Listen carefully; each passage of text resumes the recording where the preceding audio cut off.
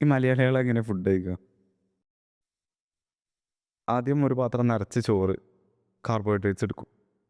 എന്നിട്ട് അതിലേക്ക് കാർബോഹൈഡ്രേറ്റ്സ് ആയ കറി പോരും. എന്നിട്ട് അതിലേക്ക് കാർബോഹൈഡ്രേറ്റ്സ് ആയ കൂട്ടാൻ കൂട്ടി തിന്നും. ഓർക്കണം, നമുക്ക് ആവശ്യത്തിലായിട്ടും കൂടുതൽ കാലറീസ് നമ്മൾ കഴിക്കുന്നുണ്ട്. ഏ ചോറും കറിയും കൂട്ടാനൊക്കെ ആയിട്ട്, അതും പല ടൈപ്പ് കൂട്ടാൻ.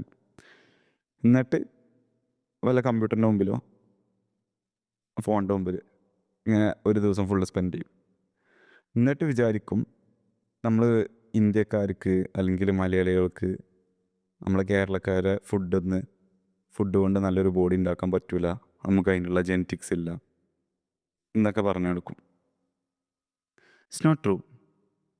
ഞാൻ പറഞ്ഞതാ, നമ്മൾ കഴിക്കുന്ന ഫുഡിൻ്റെ രീതി, നമ്മൾ ജീവിക്കുന്ന രീതിയിലൊക്കെ ചെറിയ ചെറിയ മാറ്റങ്ങൾ വരുത്തി കഴിഞ്ഞാൽ നല്ലൊരു ബോഡി, ഗുഡ് ഫിസിക് നമുക്ക് അച്ചീവ് ചെയ്യാൻ പറ്റും.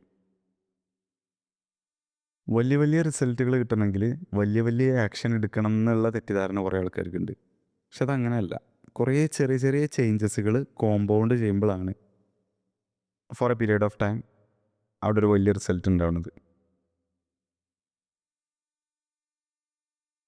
അപ്പോൾ ഇതാണ് ഒപ്റ്റിമം ഡയറ്റ്, അല്ലെങ്കിൽ ഒപ്റ്റിമൽ ഡയറ്റ് എന്നല്ല ഞാൻ പറയുന്നത്. പക്ഷേ നിങ്ങളുടെ ഡയറ്റ്, നമ്മുടെ കേരളത്തിലത്തെ ഡയറ്റ് ആണ് ഏറ്റവും നല്ല ഡയറ്റ്, അതിൽ നല്ല ബോഡി ഉണ്ടാക്കാം എന്നല്ല. അതിൽ ചെറിയ മാറ്റങ്ങൾ വരുത്തി കഴിഞ്ഞാൽ ഒരു നല്ലൊരു ഫിസിക് ഉണ്ടാക്കാം. പക്ഷെ അതാണ് ഒപ്റ്റിമം ഡയറ്റ് ബോഡി ഉണ്ടാക്കാനുള്ളത് ഞാൻ ഒരിക്കലും പറയണില്ല. ഇഷ്ടംപോലെ കാർണിവോറും അനിമൽ ബേസ്ഡും കീറ്റോയും ഇഷ്ടംപോലെ ഡയറ്റ് അവിടെ ഉണ്ടാവും. അപ്പോൾ അതൊക്കെ നിങ്ങൾ എക്സ്പെരിമെൻറ്റ് ചെയ്തിട്ട് ഏതാണ് ഏറ്റവും സ്യൂട്ടബിൾ എന്നുള്ളത് സ്വയം തീരുമാനിക്കുക. But for A common person with his diet ചെറിയ ചേഞ്ചസ് വരുത്തിയിട്ട് എങ്ങനെ നല്ലൊരു ബോഡി ഉണ്ടാക്കുക എന്നുള്ളതാണ് ഇതിൽ പറയുന്നത്. ആക്ച്വലി ഫസ്റ്റ് കാര്യം ചിന്തിക്കേണ്ടത്, നമുക്ക് അത്രയും കാലറീസ് ആവശ്യമില്ല. അതുകൊണ്ടാണ് അത്രയും ആവശ്യത്തിലായിട്ടും കൂടുതൽ കാലറീസ് കഴിക്കുമ്പോൾ എന്താ സംഭവിക്കുന്നത്, ഒരു ബാക്കപ്പ് എന്നുള്ള രീതിയിൽ ആ എക്സ്ട്രാ എനർജി നമ്മളെ ശരീരം എന്ത് ചെയ്യും, സ്റ്റോർ ചെയ്ത് വെക്കുകയാണ് ഫാറ്റായിട്ട്. അപ്പോൾ നമ്മൾ അത് ഡെയിലി കഴിക്കണേ, നമ്മളതൊന്നും മനസ്സിലാക്കണില്ല. നമ്മൾ വയറ് നിറച്ച് ചോറ് കഴിക്കണം. അതങ്ങനെ അടിഞ്ഞുകൂടി. എന്നാൽ അതാണെങ്കിൽ ഒരിക്കലും യൂസ് ചെയ്യണില്ല. ഇവനൊരിക്കലും എന്ത് ചെയ്യണില്ല, അത്ര ഹെവി വർക്കൗട്ടിക്കോ അല്ലെങ്കിൽ അങ്ങനെ ഒരു സിറ്റുവേഷനിക്കോ പോകണില്ല. നമ്മൾ ഭയങ്കര കംഫർട്ടബിളായിട്ട് വീട്ടിൽ തന്നെ, നോ പ്രോബ്ലം. അപ്പോൾ അതിങ്ങനെ അടിഞ്ഞുകൂടി പ്രശ്നമാവും. അപ്പോൾ ഈ ഒരു പാത്രം നിറച്ച് ചോറ് അല്ലെങ്കിൽ കുറേ അപ്പം ഇതൊക്കെ കഴിക്കുന്നതിന് പകരം നമ്മൾ എന്ത് ചെയ്യാറ്, മുട്ട, അതുപോലെ പാല്, അതുപോലെ all types of meet, chicken, fish, beef, mutton, anything, all types of meet, ഈ സംഭവങ്ങൾ നമ്മളെ ഫുഡിൻ്റെ കൂടെ കൂട്ടിയിട്ട് ആ ഒരു ചോറിൻ്റെ അളവ് അല്ലെങ്കിൽ അപ്പത്തിൻ്റെ അളവ് കുറച്ചാൽ you can build A good body. ഞാൻ ഇതിൽ പറഞ്ഞത് ഒരു ബോഡി ഉണ്ടാക്കാനുള്ള ഒരു ബേസിക് കാര്യങ്ങൾ പറഞ്ഞുതരാം. ഭയങ്കര ഒരുപാട് അറിവുകളൊന്നും വേണ്ട.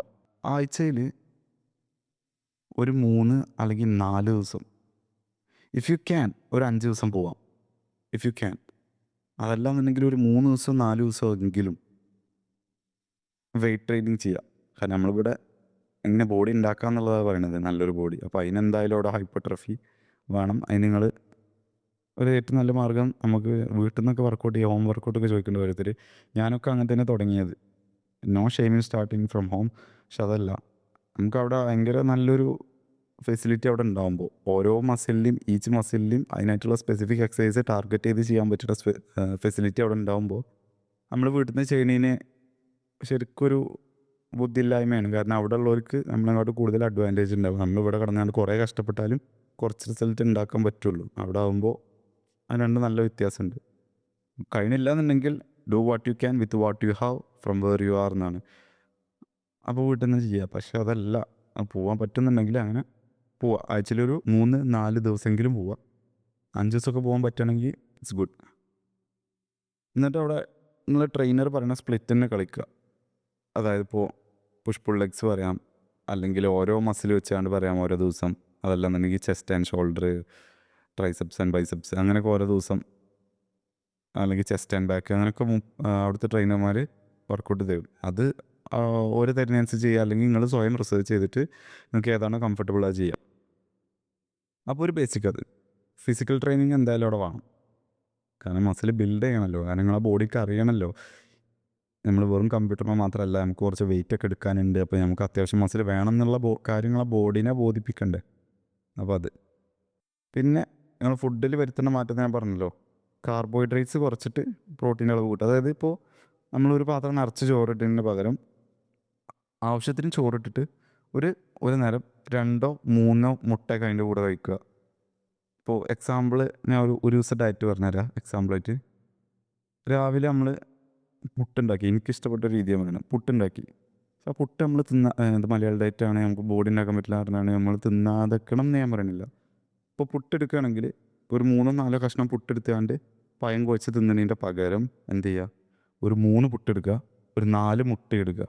4 മുട്ട എന്ത് ചെയ്യുക, ഒന്നില്ലെങ്കിൽ ഇങ്ങനെ സ്ക്രാമ്പിൾ ചെയ്യുന്ന പരിപാടി ഉണ്ടല്ലോ, ഞാൻ എൻ്റെ ഒരു എക്സാമ്പിളായിട്ട് പറയുന്നത്. സ്ക്രാമ്പിൾ ചെയ്തിട്ട് ആ പുട്ടിലിട്ടിട്ട് അതും പഴം കൂട്ടി കഴിക്കും. അപ്പോൾ അവിടെ 4 മുട്ടായി. 4 മുട്ട എന്ന് പറയുമ്പോൾ ഒരു മുട്ടയിൽ ഏകദേശം 6 ഗ്രാം, 5-6 ഗ്രാം പ്രോട്ടീൻ ഉണ്ടാവും. അപ്പോൾ അത് 20-24 ഗ്രാം പ്രോട്ടീൻ ഉണ്ടാവും. പ്ലസ് പുട്ടിലൊരു ഞാൻ പറയുന്നത്, ഒരു കഷ്ണം പുട്ടിൽ ചിലപ്പോൾ 1 ഗ്രാമൊക്കെ ഉണ്ടെന്നുണ്ടെങ്കിൽ ഒരു 3 ഗ്രാം. അപ്പോൾ ഏകദേശം ഒരു 30 ഗ്രാമിൻ്റെ അടുത്ത് നമുക്ക് കിട്ടി.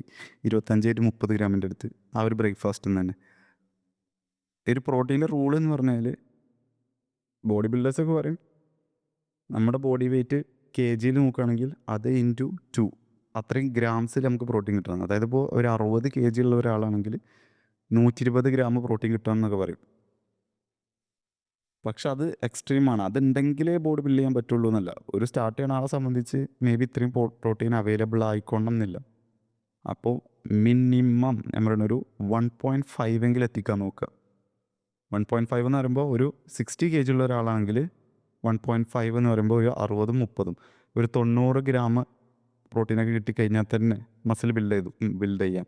അതിന് മുകൾക്ക് പോകുന്നതിനനുസരിച്ച് നല്ലതാണ്. പിന്നെ 2ക്ക് ഇവിടെ എത്തുമ്പോൾ 1.6, 1.7, 1.8 അതൊക്കെ ഒന്ന് കഴിയുമ്പോൾ പിന്നെ വലിയ മാറ്റങ്ങൾ അവിടെ ഉണ്ടാവില്ല. അപ്പോൾ ഒരു 1.5ൻ്റെ മുകൾക്കെങ്കിലും പ്രോട്ടീന് പെർ kg 1.5 ഗ്രാം പ്രോട്ടീനെങ്കിലും നമുക്ക് കിട്ടുന്ന രീതിയിൽ ഫുഡ് സെറ്റ് ചെയ്യാം. ഇപ്പോൾ ബ്രേക്ക്ഫാസ്റ്റ് കഴിച്ചു, എന്നിട്ട് അത് കഴിഞ്ഞിട്ട് നമ്മളിപ്പോൾ ലഞ്ച് കഴിക്കുകയാണെങ്കിൽ നമ്മൾ ആദ്യം കഴിച്ചതിന് അത്രയും ചോറിടാതെ അതിന് കുറച്ചിട്ട്, ഇപ്പോൾ ഞാൻ പറയണത് എക്സാമ്പിൾ പറയണത് ഒരു ഫാസ്റ്റ് മെറ്റബോളിസം അല്ലെങ്കിൽ 2 നേരം ട്രെയിൻ ചെയ്യണ ഒരു അത്ലറ്റിനുള്ളതെന്നല്ല കേട്ടോ. ഒരു വർക്കൗട്ടൊന്നും ചെയ്യാത്തൊരു കോമൺ ആളാണെന്നുണ്ടെങ്കിൽ എങ്ങനെ ചെയ്യണം എന്നുള്ളതാണ്. എന്നിട്ട് ആ ചോറിൻ്റെ അളവ് കുറച്ചിട്ട് എന്ത് ചെയ്യാം, അതിലേക്ക് 2-3 മീനോ അല്ലെങ്കിൽ ചിക്കനോ ഇങ്ങനെ എന്തെങ്കിലും ആഡ് ചെയ്യാം. അപ്പോൾ ഞാൻ പറഞ്ഞൊരു ഏതൊരു മീറ്റ് ആയാലും ഒരു 100-200 ഗ്രാം മീറ്റൊക്കെ ഉണ്ടെന്നുണ്ടെങ്കിൽ 100 ഗ്രാമിലൊരു 20-25 ഗ്രാം പ്രോട്ടീനൊക്കെ ഉണ്ടാവും.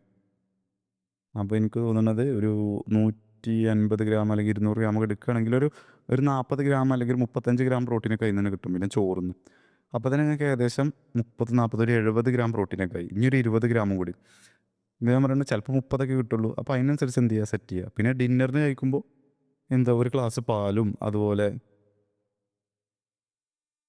ഇതേപോലെ ചോറ് കഴിക്കണോലാണെങ്കിൽ എങ്ങനെ, അല്ലെങ്കിൽ ചപ്പാത്തി കഴിക്കണോലാണെങ്കിൽ എങ്ങനെ, അതിൻ്റെ അളവ് കുറച്ചിട്ട് അതിലേക്ക് എന്ത് ചെയ്യുക, മുട്ടയോ ചിക്കനോ ബീഫോ എന്താ വെച്ചാൽ ഉച്ചക്ക് ബാക്കി ഉണ്ടായിരുന്നത് അത് അപ്പോഴും കഴിക്കുക. അപ്പോൾ ഏകദേശം ഒരു 60 കിലോനുള്ള ഒരാൾക്ക്, 60 kg ഉള്ള ഒരാൾക്ക് ഇപ്പോൾ 90-100 ഗ്രാം പ്രോട്ടീനെങ്കിലും കിട്ടുന്ന രീതിയിൽ ഡയറ്റ് സെറ്റാക്കി കഴിഞ്ഞാൽ എന്ത് ചെയ്യുക, നിങ്ങൾക്ക് നല്ലൊരു ബോഡി ഉണ്ടാക്കാം.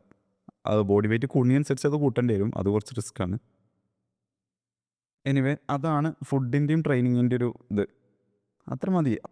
ഈ സംഭവങ്ങൾ, ഈ മാറ്റങ്ങൾ നിങ്ങൾ വരുത്തിയിട്ട് നിങ്ങൾ നല്ല ഉറക്കം ഉറങ്ങുന്നുണ്ട്, ഒരു 7-8-9 മണിക്കൂർ ഉറങ്ങുന്നുണ്ട്, ഈ ഒരു മാറ്റങ്ങൾ വരുത്തുന്നുണ്ട് എന്നുണ്ടെങ്കിൽ ഒരു മണിക്കൂർ ഇത് ഞാൻ പറഞ്ഞൊരു ടൈം പീരീഡ് വർക്കൗട്ട് ഉണ്ടെന്നുണ്ടെങ്കിൽ ഒരു കൊല്ലം 2 കൊല്ലം. കാരണം ഒരിക്കലും ഇന്ന് ജിമ്മിൽ പോയാൽ അടുത്ത മാസമോ നാളെയോ റിസൾട്ട് കാണുമെന്ന് വിചാരിക്കരുത്. അതെന്താണെന്ന് വെച്ചാൽ അതൊരു കൺസെപ്റ്റ് ഉണ്ട്, അത് ഞാൻ വേറെ വീഡിയോയിൽ തന്നെ പറഞ്ഞുതരാം. It will take time. Result ഉണ്ടെങ്കിലും ഇല്ലെങ്കിലും ഞാൻ പോവും എന്നുള്ള രീതിയിൽ ആദ്യം കാണും. എന്നിട്ടൊരു 6 മാസമൊക്കെ ആകുമ്പോൾ നിങ്ങൾക്ക് തന്നെ മനസ്സിലാവും വ്യത്യാസം. കാരണം ആദ്യം പോയി കഴിഞ്ഞാൽ അവിടുത്തെ ബേസിക് എക്സസൈസുകളൊക്കെ പഠിക്കാൻ കുറച്ച് ടൈം എടുക്കും. എന്നിട്ട് നല്ല രീതിയിൽ ബിൽഡ് ചെയ്തെടുക്കുമ്പോൾ ഒരു 1-2 കൊല്ലമൊക്കെ കഴിയുമ്പോൾ നല്ലൊരു ബോഡി ഉണ്ടാക്കാം. പിന്നെ ട്രെയിനിങ് ചെയ്യുമ്പോഴുള്ള കാര്യം എന്ന് പറഞ്ഞാൽ അത് കുറച്ച് കഴിയുമ്പോൾ പഠിക്കും. കാരണം ഫസ്റ്റൊക്കെ നമ്മൾ ട്രെയിൻ ചെയ്യുമ്പോൾ നമുക്ക് പെയിൻ വരുമ്പോൾ നമ്മൾ നിർത്തുന്നതായിരിക്കും ഒരു കോമൺ പ്രാക്ടീസ്.